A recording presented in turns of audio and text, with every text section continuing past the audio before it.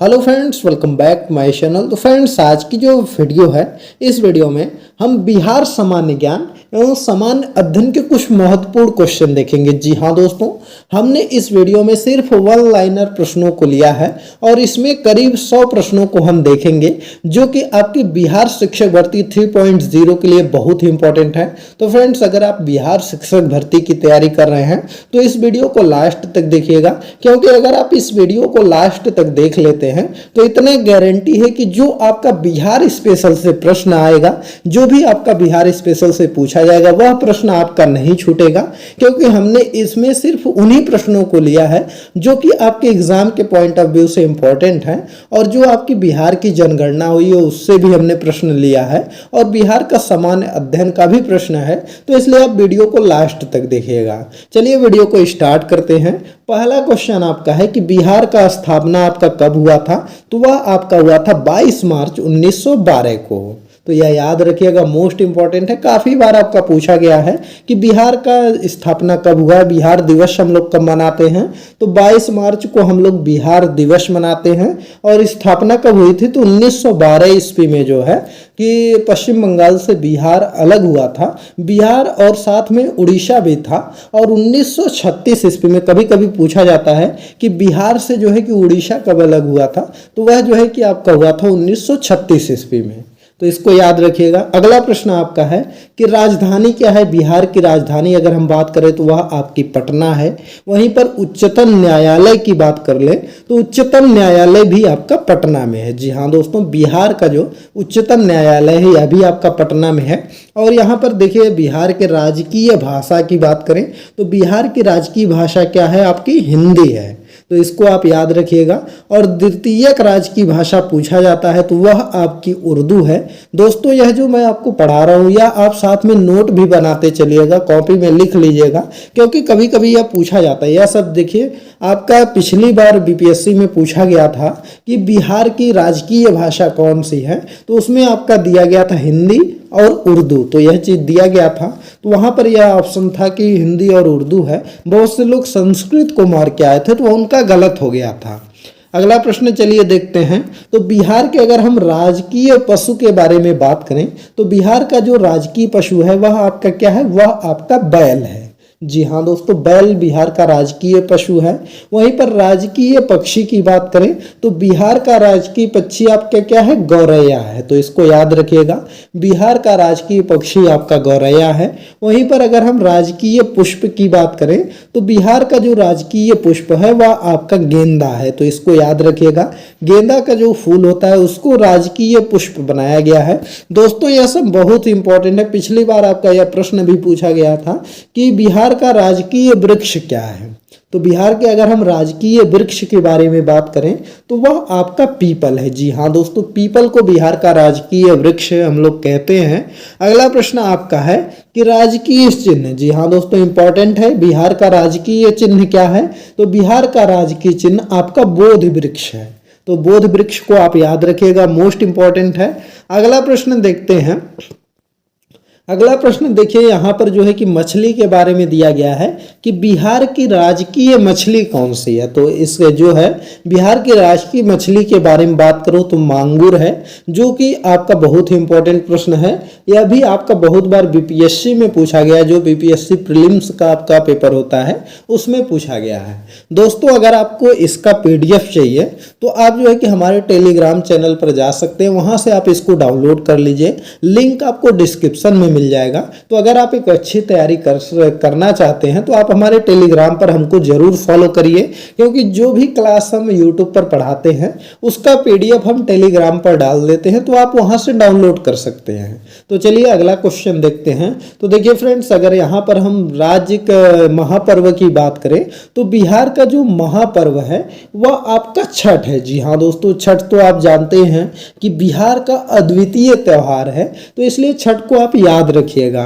अगला प्रश्न हम लोग कर लेते हैं बिहार के जिलों के बारे में। तो बिहार के अगर हम जिलों के बारे में जाने तो बिहार में जो जिले हैं वह आपके कितने हैं? तो बिहार में 38 जिले हैं। जी हाँ दोस्तों, बिहार में कुल छोटे बड़े मिलाकर के 38 जिले हैं। तो इसको आप याद रखिएगा। बिहार में अनुमंडल की संख्या, जी हाँ दोस्तों, बिहार में कितने अनुमंडल बनाए गए हैं? तो 101 अनुमंडल है। जी हाँ दोस्तों, बिहार में जो है कि 101 अनुमंडल हैं। तो इसको आप याद रखिएगा। अगला प्रश्न देखते हैं। अगला प्रश्न आपका दिया गया है कि बिहार में प्रखंडों की संख्या कितनी है? तो बिहार में अगर हम प्रखंडों की संख्या की बात करें तो 534 जो है कि प्रखंडों की संख्या है। इसको भी आप याद रखिएगा। अगला प्रश्न देख लेते हैं। अगला प्रश्न देखिए है कि बिहार में पंचायतों की संख्या कितनी है? तो देखिए यह उतना इंपॉर्टेंट नहीं है, फिर भी आप जानते रहिए क्योंकि यह पूछ सकता है। तो बिहार में अगर पंचायतों की संख्या के बारे में बात करें तो 8386 है, जो कि 2011 की जनगणना के अनुसार है। तो इसको भी आप याद रखिएगा। बिहार में कितने महानगर हैं? दोस्तों देखिए यह 17वां प्रश्न आपका इंपॉर्टेंट है कि यह महानगर आपका पूछा जाता है। तो बिहार में सिर्फ एक ही महानगर है, वह आपका पटना है। पटना के अलावा बिहार में कोई भी महानगर नहीं है। तो इसको आप याद रखिएगा। अगला प्रश्न है कि विधानमंडल कैसा है बिहार का? तो बिहार के अगर हम विधानमंडल की बात करें तो वह द्विसदनात्मक विधानसभा में सदस्यों की संख्या जो है कि वह 243 है। तो द्विसदन, यहाँ पर देखिए प्रश्न यही आपका है कि अगर हम विधानमंडल की बात करें तो द्विसदनात्मक है। जी हाँ दोस्तों, प्रश्न का उत्तर सिर्फ इतना है कि विधानमंडल द्विसदनात्मक है। और विधानसभा में अगर हम सदस्यों की संख्या के बारे में बात कर लें तो वह 243 है। यहाँ पर थोड़ा सा जो है कि टाइपराइटर ने गलती कर दिया है, यहाँ पर क्वेश्चन चेंज करना था। तो देखिए यहाँ पर विधानसभा में सदस्यों की संख्या 243 है। तो इसको आप याद रखिएगा। अगला प्रश्न आपका है कि विधान परिषद में सदस्यों की संख्या कितनी है? तो देखिए अगर हम बात करें जो विधान परिषद है तो वहाँ पर जो सदस्य हैं वह 75 हैं। तो यह याद रखिएगा दोस्तों। जो आपका संसद वगैरह बिहार में जो आपका विधानमंडल वगैरह है ये जरूर पढ़ के जाइएगा, क्योंकि पॉलिटी से इससे प्रश्न बनते हैं। और तो अभी जान ही रहे हैं कि बिहार की राजनीति इस समय ट्रेंड में भी चल रही है, सरकारें बदल रही हैं। तो आप जो है कि जो मंत्री वगैरह बने हैं अलग अलग, उनको भी आप पढ़ लीजिएगा, क्योंकि अगर आप उनको नहीं पढ़ेंगे तो जो है कि आपसे वह प्रश्न बन सकते हैं, क्योंकि काफ़ी कुछ चेंज हुआ है। तो इसलिए आप पढ़ लीजिएगा। अगला प्रश्न आपका है कि लोकसभा सदस्य की संख्या कितनी है? जी हाँ दोस्तों, बिहार में जो लोकसभा सदस्य की सीट है वह कितना है? तो देखिए 38 जिला है और वहाँ पर 40 जो है कि लोकसभा सदस्यों की संख्या है। तो इसको आप याद रखिएगा। नेक्स्ट प्रश्न देखते हैं। अगला प्रश्न है कि राज्यसभा की कितनी सीटें हैं? जी हाँ दोस्तों, पूछा जाता है यह प्रश्न, इंपॉर्टेंट है, नोट कर लीजिएगा कॉपी पे कि बिहार में जो है कि राज्यसभा सदस्यों की संख्या कितनी है?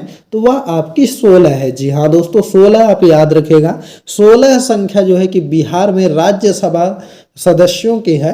दोस्तों अगर आपको यह वीडियो पसंद आ रही है तो आप जो है कि लाइक कर दीजिए। और दोस्तों अगर आप इसी तरह से वन लाइनर प्रश्न चाहते हैं तो आप कमेंट करके हमको बताइए कि सर वन लाइनर प्रश्न लाइए, जिससे कि हम और भी वीडियो ला सके। और दोस्तों अगर आपको ऑप्शन के रूप में चाहिए, मतलब प्रैक्टिस सेट के रूप में चाहिए क्वेश्चन, तो उसको भी बताइएगा। हम जो है कि आपको प्रैक्टिस सेट के रूप में लाएंगे। और वन लाइनर आपको पसंद आता है तो वन लाइनर लाएंगे। चलिए अगला प्रश्न देखते हैं। अगला प्रश्न आपका है कि लोकसभा में अनुसूचित जाति के लिए आरक्षित सीटों की संख्या कितनी है? जी हाँ दोस्तों, बिहार राज्य में लोकसभा के लिए जो अनुसूचित जाति हैं उनके लिए आरक्षित सीटों की संख्या कितनी है? तो वह आपकी 6 है। इसको आप याद रखिएगा, मोस्ट इंपॉर्टेंट है। देश की कुल जनसंख्या में बिहार की जनसंख्या का प्रतिशत जनसंख्या की दृष्टि से बिहार का कौन सा है? तो देखिए अगर हम बात करें जनसंख्या की दृष्टि से तो बिहार जो है कि तीसरे नंबर पर आता है। जी हाँ दोस्तों, बिहार जो है कि तीसरे नंबर पर आता है। पहले नंबर पर आपका कौन सा राज्य आता है? तो पहले नंबर पर आपका उत्तर प्रदेश आ जाता है, जिसकी जनसंख्या लगभग 22 से 25 करोड़ है। वहीं पर अगर हम बात करें महाराष्ट्र की तो दूसरे नंबर पर आपका महाराष्ट्र आ जाता है और तीसरे नंबर पर आपका बिहार आता है, जिसकी जनसंख्या 2011 की जनगणना के अनुसार करीब 10 करोड़ है, तो इसको आप याद रखिएगा। अगला प्रश्न आपका है कि बिहार के वनों में बारे में जानकारी राज्य का कुल वन क्षेत्रफल कितना है। तो यह पूछा गया है कि बिहार में कितने वर्ग किलोमीटर तक जो है कि वन क्षेत्रफल पाया जाता है। तो वह आपका पाया जाता है 6493 किलोमीटर। जी हाँ दोस्तों, 6493 किलोमीटर पाया जाता है वन। इसको आप याद रखिएगा। यह जो प्रश्न है यह आपका ईवीएस में बन सकता है। जी हाँ दोस्तों, जो पर्यावरण आपका आएगा उसमें यह प्रश्न बन सकता है, तो इसको याद रखिएगा। अगला प्रश्न आपका है कि बिहार में वन प्रतिशत कितना है। तो जो बिहार राज्य है कुल क्षेत्रफल का 1% की अगर हम बात करें तो वह आपका 7.1% भूभाग पर वन पाया जाता है, तो इसको याद रखिएगा। नेक्स्ट प्रश्न देख लेते हैं। तो दोस्तों एक चीज और याद रखिएगा, अगर आपसे पूछा जा सकता है कि भारत में जो वन पाया जाता है किस राज्य में सबसे अधिक क्षेत्रफल पर पाया जाता है, तो वह आपका मध्य प्रदेश है। मध्य प्रदेश में सबसे ज्यादा क्षेत्रफल पर वन पाया जाता है, तो इस चीज को याद रखिएगा। दोस्तों आप अगर बीपीएससी टीआरई 3 की तैयारी कर रहे हैं तो आप जो है कि प्रथम स्थान वाला चीजें जरूर याद रखिएगा, क्योंकि वह चीजें पूछी जाती हैं। आप जो है कि भारत में कौन प्रथम है इसको याद रखिएगा, साथ ही में बिहार में कौन प्रथम है इसको भी याद रखिएगा। कभी कभी पूछा जाता है कि बिहार में कौन सा जिला ऐसा है जहां पर सबसे ज्यादा जो है कि वन क्षेत्रफल पाया जाता है, या कभी कभी डायरेक्ट पूछ देगा कि इंडिया में कौन सा आपका राज्य है जहां पर वन क्षेत्रफल ज्यादा पाया जाता है। तो ऐसे आप रिलेट करके पढ़िए। और अगर आपको इस पर वीडियो चाहिए कि बिहार में कौन प्रथम पे है और आपका जो है कि इंडिया में कौन प्रथम पर है, तो कंपेयर करके हम वीडियो बना देंगे। आप कमेंट करिए, अगर आपको वीडियो चाहिए तो ज्यादा से ज्यादा लोग कमेंट करिए, हम उस पर वीडियो ला देंगे। अगला प्रश्न है कि सर्वाधिक वन क्षेत्रफल का वाला जिला कौन सा है। तो देखिए पूछ भी लिया गया कि बिहार का कौन सा जिला है जिसमें सबसे ज्यादा क्षेत्रफल पर वन पाया जाता है, तो वह आपका पश्चिमी चंपारण। जी हाँ दोस्तों, पश्चिमी चंपारण पर सबसे ज्यादा जो है कि वन पाया जाता है। और पश्चिमी चंपारण की जिला किस राज्य से लगती है, तो पश्चिमी चंपारण की जिला जो है कि यूपी राज्य से लगता है और साथ ही नेपाल से भी टच होता है। तो अगर देश के बारे में पूछे तो नेपाल से टच होता है, और अगर जिला के बारे में पूछे तो वह आपका यूपी से टच होता है। और जिला कह रहे हैं दोस्तों, राज्य के बारे में पूछे तो वह आपका यूपी से टच होता है, तो इसको आप याद रखिएगा। अगला प्रश्न है दोस्तों, नेपाल के बारे में क्वेश्चन पूछा जाता है कि जैसे नेपाल कह रहे हैं, बिहार के बारे में क्वेश्चन पूछा जाता है कि बिहार जो है कि कितने देशों के साथ अपनी सीमा साझा करता है। तो इसको याद रखिएगा कि बिहार जो है कि सिर्फ एक देश के साथ सीमा साझा करता है, वह आपका क्या सा है, वह आपका नेपाल है, तो इसको याद रखिएगा। अगला प्रश्न आपका है कि न्यूनतम वन क्षेत्रफल वाला कौन सा जिला है। तो न्यूनतम वन क्षेत्रफल वाला अगर हम बात करें तो सीहोर है, तो इसको शिवहर है, यह गलत लिखा है सीहोर, शिवहर है। जी हाँ दोस्तों, न्यूनतम क्षेत्रफल वाला वन कौन सा है, तो वह शिवहर है, इसको याद रखिएगा। अगला प्रश्न आपका है कि सबसे अधिक वन प्रतिशत वाला जिला कौन सा है। तो सबसे अधिक वन प्रतिशत, देखिए दोस्तों यहाँ पर प्रतिशत पूछा गया है, प्रतिशत और क्षेत्रफल में अंतर होता है, बहुत से लोग कंफ्यूज हो जाते हैं। अगर देखिए प्रतिशत में पूछा जाएगा तो आपका कैमूर हो जाएगा, लेकिन अगर क्षेत्रफल में पूछा जाएगा तो वह आपका पश्चिमी चंपारण हो जाएगा। इसको आप याद रखिएगा, इसमें डिफरेंस करना आप सीखिए। यह क्वेश्चन आपका पूछा जाता है और ज़्यादातर जो क्वेश्चन आया है वह प्रतिशत में ही पूछता है, क्योंकि बच्चे कन्फ्यूज होते हैं और जो है कि वह चंपारण मार के चले आते हैं, तो इसलिए आप इसको याद रखिएगा। अगला प्रश्न है कि सबसे कम वन प्रतिशत वाला जिला कौन सा है। तो सबसे कम वन प्रतिशत वाला जो जिला है वह शेखपुरा है, तो ऑप्शन नंबर जो है कि यहाँ पर तो ऑप्शन दिया ही नहीं गया। अगला प्रश्न देखते हैं। अगला प्रश्न आपका है कि सर्वाधिक अनुसूचित जाति की आबादी वाला जिला कौन सा है। तो कौन सा जिला ऐसा है जिसमें जो है कि अनुसूचित जाति सबसे ज़्यादा पाई जाती हैं, तो वह आपका गया है। जी हाँ दोस्तों, गया जिला है। दोस्तों गया जिला ऐसा है जहाँ पर जो है कि इसको बिहार का सबसे गर्म और सबसे ठंडा जिला भी बोलते हैं, कि यहाँ पर ठंड भी ज़्यादा पड़ती है और गर्मी भी ज़्यादा पड़ती है। और बिहार में ही एक आपका विष्णु मंदिर भी है। बिहार किस नदी के तट पर स्थित है, बिहार कह रहे हैं गया किस नदी के तट पर स्थित है, तो गया जो है वह आपका जो है वह फाल्गु के नदी के तट तट पर स्थित है, तो इसको भी आप याद रखिएगा। अगला प्रश्न है कि न्यूनतम अनुसूचित जात की आबादी वाला जिला कौन सा है। तो न्यूनतम अगर हम अनुसूचित जात के बारे में बात करें तो वह आपका किशनगंज है, तो इसको याद रखिएगा। किशनगंज ही अनुसूचित जनजाति वाला, न्यूनतम अनुसूचित जाति वाला जिला है, तो इसको याद रखिएगा। यहाँ पर न्यूनतम दिया गया है। अगला प्रश्न है कि बिहार की जनसंख्या दिया गया है कितनी है।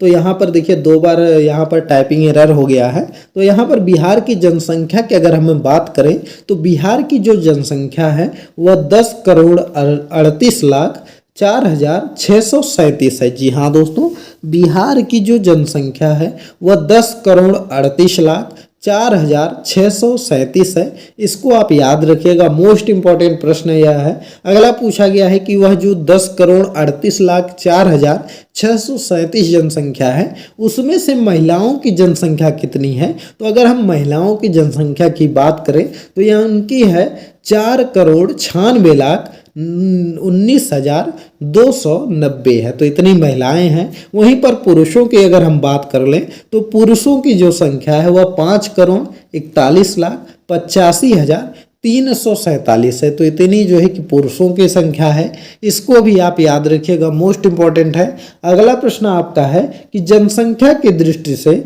सबसे बड़ा जिला कौन सा है बिहार का। बिहार का यह पूछा जा रहा है, हमने बिहार स्पेशली करवा रहे हैं। तो यहाँ पर देखिए जनसंख्या की दृष्टि से अगर पूछा जाए तो बिहार का सबसे बड़ा जिला आपका पटना है। पटना में सबसे ज़्यादा जनसंख्या पाई जाती है। अगला प्रश्न देख लेते हैं। अगला प्रश्न आपका दिया गया है कि जनसंख्या की दृष्टि से सर्वाधिक छोटा जिला कौन सा है। शेखपुरा है सर्वाधिक। यहाँ पर देखिए पूछा गया है कि शेखपुरा। जी हाँ दोस्तों, अगर जनसंख्या की दृष्टि से पूछ लेता है तो वह शेखपुरा आपका ऐसा जिला है जो कि सबसे छोटा जिला है।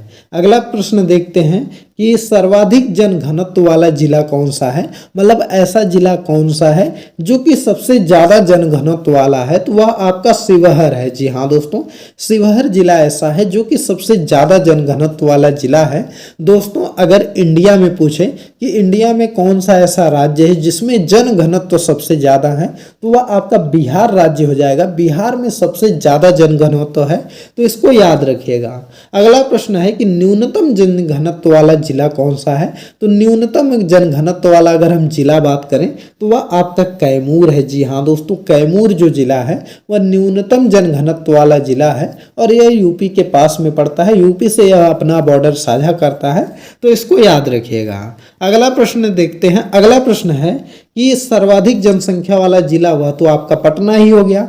वहीं पर न्यूनतम जनसंख्या वाला अगर हम बात करें तो शेखपुरा हो जाएगा। जी हाँ दोस्तों, शेखपुरा में सबसे कम जनसंख्या पाई जाती है, तो इसको आप याद रखिएगा।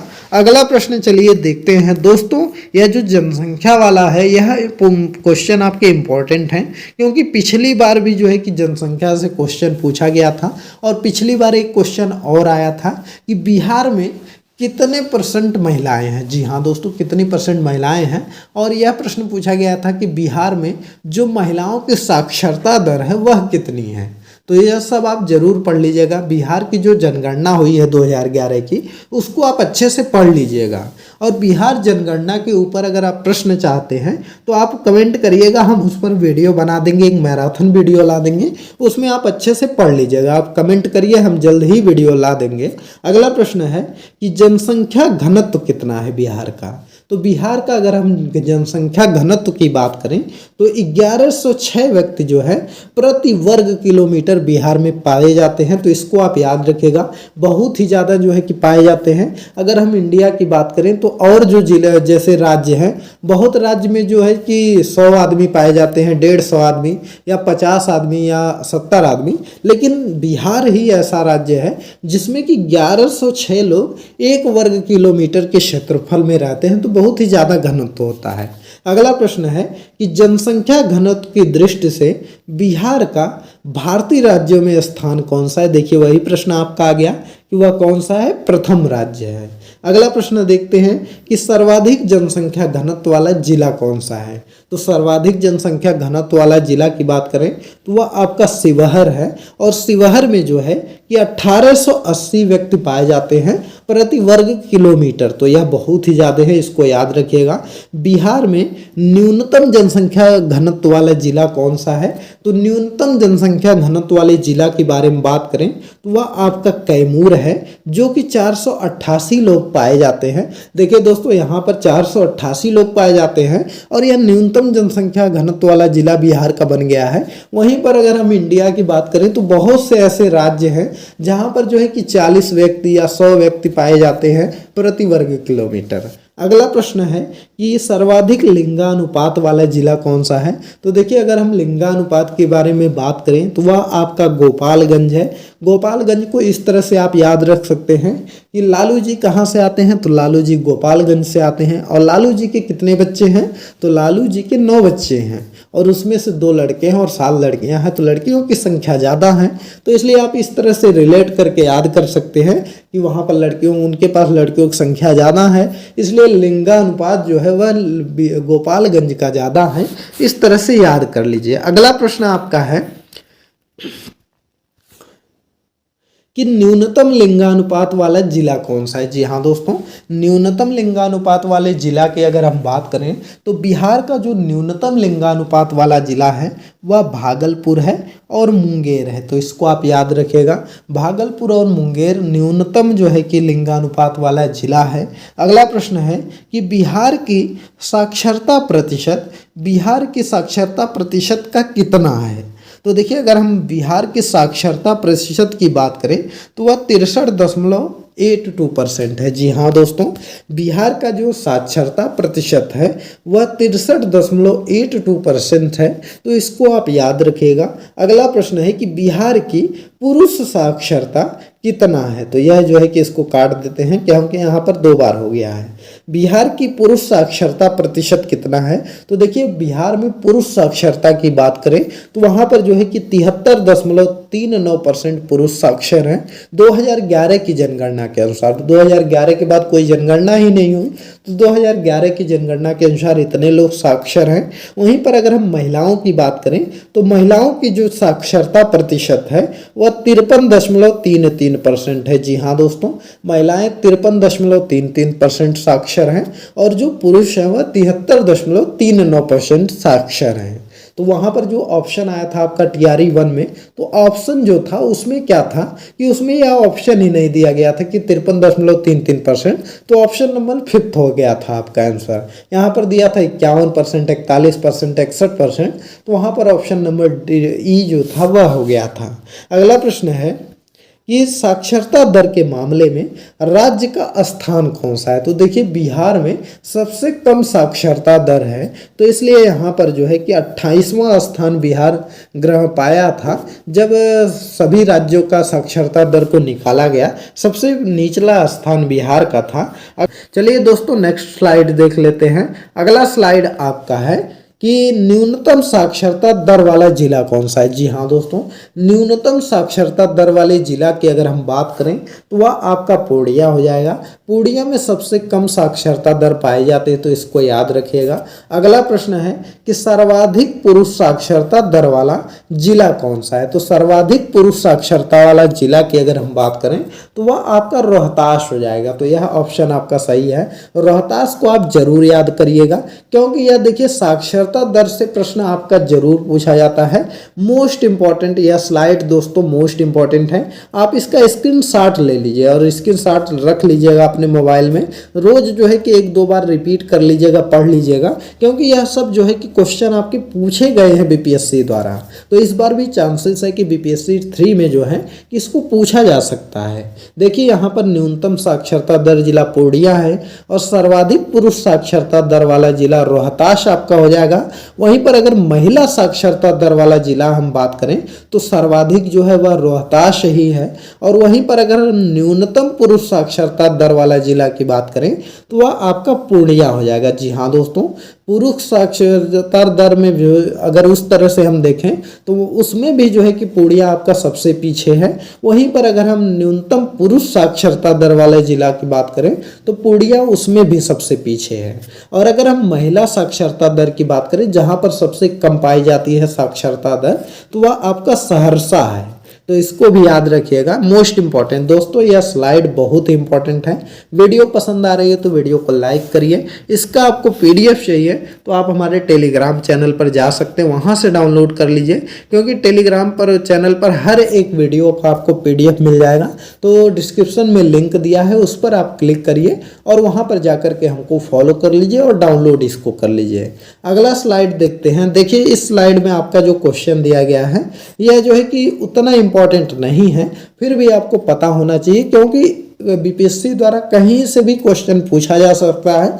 और इस बार जो है कि कहा भी गया है कि थोड़ा जो लेवल होगा वह हाई होगा, तो इसलिए हमने इस क्वेश्चन को भी शामिल कर लिया इसमें। तो देखिए इसमें पूछा गया है कि हिंदुओं की जनसंख्या कितनी है। तो अगर हम हिंदुओं की जनसंख्या की बात करें तो करीब जो है कि 7 करोड़ के आसपास हिंदू वहाँ पर पाए जाते हैं। 6,90,76,919 जो है कि हिंदू हैं। वहीं पर हिंदुओं के साक्षरता दर की बात कर लें तो 47.9% हिंदू ऐसे हैं जो कि साक्षर हैं। और अगर हम बात करें कि यहाँ पर मुस्लिम जनसंख्या की, तो मुस्लिम जनसंख्या जो कि आपकी पाई जाती है वह आपका पाई जाती है 1,37,22,048 जो है कि वह मुस्लिम जनसंख्या पाई जाती है, जो कि आपका 16% के आसपास आता है। अगर वहाँ के क्षेत्र परसेंटेज निकालें आबादी का तो लगभग 16% के आसपास मुस्लिम आबादी पाई जाती है। वहीं पर अगर हम ईसाइयों की संख्या की बात करें तो वह आपका 53,137 लोग पाए जाते हैं, जो कि 0.06% है। अगर हम बात करें सिख जनसंख्या की तो सिख लोग जो पाए जाते हैं वह 20,780 लोग पाए जाते हैं और 0.003% जो है वहाँ पर सिख लोग हैं। तो चलिए एक क्वेश्चन पूछते हैं। अब सिख मेजोरिटी आ गई तो यहाँ पर सिख के बारे में एक क्वेश्चन पूछते हैं। तो बताइए आपका कि बिहार का कौन सा ऐसा जिला है जो कि सिखों के लिए सबसे महत्वपूर्ण है, मतलब सिखों के लिए वहाँ पर स्थान है, सिख लोग वहाँ पर जाते हैं दर्शन वगैरह करने के लिए, और वहाँ पर उनका जो है कि एक जो है कि गुरुद्वारा भी है बहुत बढ़िया। तो उसको आप बताइए, कमेंट करके बताइएगा। इस प्रश्न का उत्तर जो है कि हम इस तरह से नहीं बताएंगे, हम जो है कि या तो अपने कम्युनिटी टैब में इसको लगा देंगे और इस वीडियो के जो आपका कमेंट रहेगा उसमें कमेंट कर देंगे। इसको जो है कि आप कमेंट करके पहले बताइए, बाद में हम इसका आंसर लगा देंगे।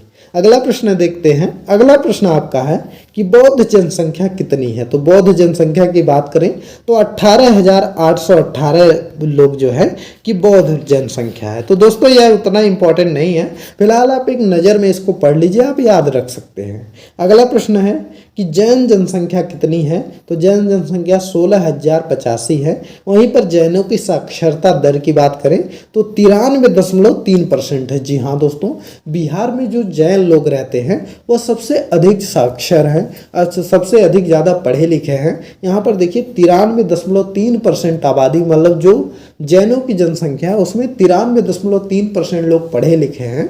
तो अच्छा खासा साक्षरता दर इनकी है। अगला प्रश्न देखते हैं। तो देखिए यह जो है कि प्रश्न आपका आ गया, यहाँ से आपके इंपॉर्टेंट प्रश्न शुरू होते हैं। तो इसको आप याद रखिएगा कि बिहार की सबसे अधिक साक्षरता वाला जिला कौन सा है। तो दोस्तों यह क्वेश्चन रिपीट हो गया है, रोहतास आपका है। बिहार के सबसे कम जनसंख्या साक्षरता वाला जिला कौन सा है। तो वह आपका पूर्णिया हो जाएगा। पुरुष साक्षरता दर की बात करें तो वह आपका रोहतास हो जाएगा। चलिए नेक्स्ट प्रश्न देखते हैं। अगला प्रश्न आपका है कि सबसे अधिक महिला साक्षरता वाला जिला कौन सा है। तो वह आपका रोहतास है। तो दोस्तों मैं क्वेश्चन को इस बार 1-2 बार रिपीट कर दे रहा हूं, क्योंकि जिससे कि आपको याद हो जाए। दोस्तों यह सब प्रश्न इंपॉर्टेंट हैं, आपको याद होना चाहिए, आपके एग्जाम में पूछा जा सकता है। अगला प्रश्न है कि सबसे कम पुरुष साक्षरता दर वाला जिला है कौन सा है।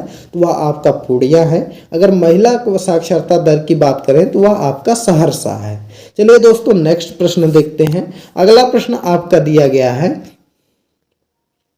कि बिहार के प्रमुख लोक नृत्य कौन से हैं। जी हाँ दोस्तों, यह इंपॉर्टेंट प्रश्न है कि बिहार का लोक नृत्य कौन सा है। लौंडा है। लौंडा नृत्य तो आप जानते ही होंगे, खेसारी लाल यादव बहुत ही ज़्यादा लौंडा डांस करते हैं, तो यह आपको पता ही होगा। झिझिया है, कर्मा है, कटघोड़वा है, छऊ है, झरनी है, धोबिया है। जी हाँ दोस्तों, इतने जो है कि प्रमुख लोक नृत्य हैं। आप इनको याद रखिएगा क्योंकि यह लोक नृत्य से आपके प्रश्न बनते हैं, आप इसको याद रखिएगा। अगला प्रश्न देखिए इसमें है कि बिहार का सबसे बड़ा शहर कौन सा है। तो सबसे बड़े शहर की अगर हम बात करें तो बिहार का सबसे बड़ा शहर आपका पटना हो जाएगा। पटना में जो है कि जनसंख्या भी सबसे ज़्यादा पाई जाती है। वहीं पर फ्रेंड्स अगर हम क्षेत्रफल में बात करें कि सबसे ज़्यादा क्षेत्रफल कौन सा स्थान है तो वह आपका पश्चिमी चंपारण है। जी हाँ दोस्तों, इसको आप याद रखिए। यहाँ पर जो है कि टाइपिंग एरर थोड़ा सा है कि यहाँ पर जनसंख्या में पूछा गया है तो वह आपका पटना हो जाएगा। वहीं पर अगर सबसे बड़े जिले की बात करें तो वह आपका पश्चिमी चंपारण हो जाएगा। तो इसको आप याद रखिएगा, सबसे बड़ा जिला कौन सा है, पश्चिमी चंपारण है। और जनसंख्या में बात करें तो वह आपका पटना हो जाएगा। अगला प्रश्न आपका है कि बिहार की सीमाएं हैं। तो देखिए बिहार की सीमाओं के बारे में आपको जानना पड़ेगा क्योंकि कभी कभी प्रश्न बनता है कि बिहार की जो सीमाएं हैं कि यूपी से कितने ज़िले बिहार के टच होते हैं। वहीं पर अगर हम बात करें कि नेपाल से कितने ज़िले बिहार के लगते हैं, पश्चिमी बंगाल से कितने ज़िले बिहार के लगते हैं, या जो है कि आपके झारखंड से कितने ज़िले बिहार के लगते हैं, तो यह सब आपको प्रश्न याद होना चाहिए। तो देखिए अगर हम बात करें नेपाल से बिहार के जो ज़िले लगते हैं वह आपके 7 ज़िले लगते हैं। 7 ज़िले में एक आपका पश्चिमी चंपारण हो गया, दूसरा आपका पूर्वी चंपारण हो गया, तीसरा आपका सीतामढ़ी हो गया, चौथा आपका क्या हो गया, चौथा आपका मधुबनी हो गया, पांचवा आपका क्या हो गया, पांचवा आपका सुपौल हो गया, और उसके बाद छठवां आपका जो है, छठवां कौन सा जिला हो जाएगा, किशनगंज हो जाएगा। और एक जिला आपका छूट रहा है, उसको हम नहीं बताएंगे, आप उसको कमेंट करके बताइएगा। तो यह 7 जिले आपके जो है कि वह नेपाल के साथ लगते हैं। वहीं पर अगर हम बात करें यूपी से तो यूपी के जो है कि 8 जिले जो है कि यूपी से लगते हैं। तो इसको भी आप याद रखिएगा। सबसे पूर्वी जिला अगर पूछा जाए कि बिहार का सबसे पूर्वी जिला कौन सा है, तो बिहार का सबसे पूर्वी जिला आपका हो जाएगा, वह हो जाएगा किशनगंज। जी हाँ दोस्तों, किशनगंज सबसे पूर्वी जिला है, तो इसको याद रखिएगा। चलिए नेक्स्ट प्रश्न देखते हैं। यहाँ पर दिया गया है कि बिहार की सीमाएं पूर्व में पश्चिम बंगाल से लगती है, वहीं पर पश्चिम में अगर हम बात करें तो वह उत्तर प्रदेश से लगती है, और दक्षिण में आपका झारखंड से लगती है, और उत्तर में नेपाल से लगती है। तो इसको भी याद रखिएगा, पूछा जाता है प्रश्न कि बिहार का, ज़्यादातर यही पूछा गया है कि बिहार का सीमा पूर्व में किससे लगती है। तो पूर्व में आपका लगता है पश्चिम बंगाल से। लोग सोचते हैं कि झारखंड से अलग हुआ है, तो वहाँ पर जो है कि झारखंड से ही पूर्व में लगेगा, तो वह लोग झारखंड मार देते हैं, तो वह आपका है पश्चिम बंगाल। तो इसको याद रखिएगा। चलिए नेक्स्ट प्रश्न आपका है कि बिहार का प्रमुख पर्व कौन सा है। तो बिहार के प्रमुख पर्व के बारे में बात करें तो छठ है, होली भी है, दीपावली है, दशहरा है, महाशिवरात्रि है, नाग पंचमी है, श्री पंचमी है, उसके बाद मुहर्रम है, ईद है, क्रिसमस है। तो यह प्रमुख त्यौहार है। यह त्यौहार तो ज़्यादातर जो है कि आपके ऑल इंडिया भी मनाया जाता है। केवल जो है कि छठ ही एक स्पेशल त्यौहार है जो ज़्यादातर आपको देखने को बिहार में ही मिलेगी। तो इसको आप याद रखिएगा, बाकी तो आप जानते ही हैं, इसको हर जगह मनाया जाता है। तो फ्रेंड्स चलिए आज की वीडियो में इतना ही रहने देते हैं। 77 क्वेश्चन को देखते हैं। अगली वीडियो जो हम लाएंगे उसमें 100 क्वेश्चन को करेंगे। और दोस्तों अगर आपको इस तरह से 1 लाइनर प्रश्न अच्छे लग रहे हैं तो आप कमेंट करके बताइएगा। अगर 1 लाइनर आपको नहीं पसंद आ रहे हैं तब भी आप कमेंट करिएगा, हम ऑप्शन के साथ में प्रश्नों को लाएंगे। तो कौन सा आपको अच्छा लगता है आप कमेंट करिएगा, क्योंकि आप जैसा कमेंट करेंगे उसी के हिसाब से हम वीडियो लाएंगे। और दोस्तों हम जो है कि साइंस की भी सोच रहे हैं कि एक सीरीज चलाएं जिससे कि साइंस की भी आपकी अच्छी तैयारी हो सके। और दूसरी चीज़ हमने जो है कि प्रैक्टिस सेट की सीरीज लाया है। तो प्रैक्टिस सेट अगर आप नहीं लगा रहे हैं तो आप हमारे चैनल पर चले जाइए, प्लेलिस्ट आपको मिल जाएगी, वहाँ पर जितने भी प्रैक्टिस सेट पढ़ते हैं वहाँ पर हम ऐड कर देते हैं। तो इसलिए आप प्रैक्टिस सेट हल करिए। प्रैक्टिस सेट में हम सामान्य ज्ञान के, भूगोल हो गया, आपका इतिहास हो गया, उसके बाद साइंस हो गया, और आपका पर्यावरण हो गया। तो जितने भी टॉपिक से आपके प्रश्न बनते हैं, जितने भी सब्जेक्ट हैं, सबको जो है कि हम प्रैक्टिस सेट में करवा रहे हैं। 30-40 प्रश्न लेते हैं और हर एक टॉपिक से रहता है। तो इसलिए आप प्रैक्टिस सेट जरूर करिए, क्योंकि अगर आप प्रैक्टिस सेट करते हैं और उसमें अच्छा खासा स्कोर करते हैं, जैसे हम मान लीजिए 50 प्रश्न करवा रहे हैं, आप 40-45 स्कोर कर रहे हैं, तो गारंटी है कि आपका बीपीएससी टीआरई 3 में हो जाएगा।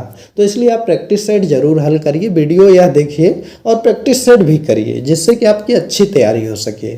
चलिए मिलते हैं अगली एक नई वीडियो में। वीडियो पसंद आई हो तो वीडियो को लाइक करिए, ज़्यादा से ज़्यादा शेयर करिए, चैनल पर नए हैं तो चैनल को सब्सक्राइब करिए। चलिए मिलते हैं अगली एक नई वीडियो में एक नए टॉपिक के साथ, तब तक के लिए बाय बाय।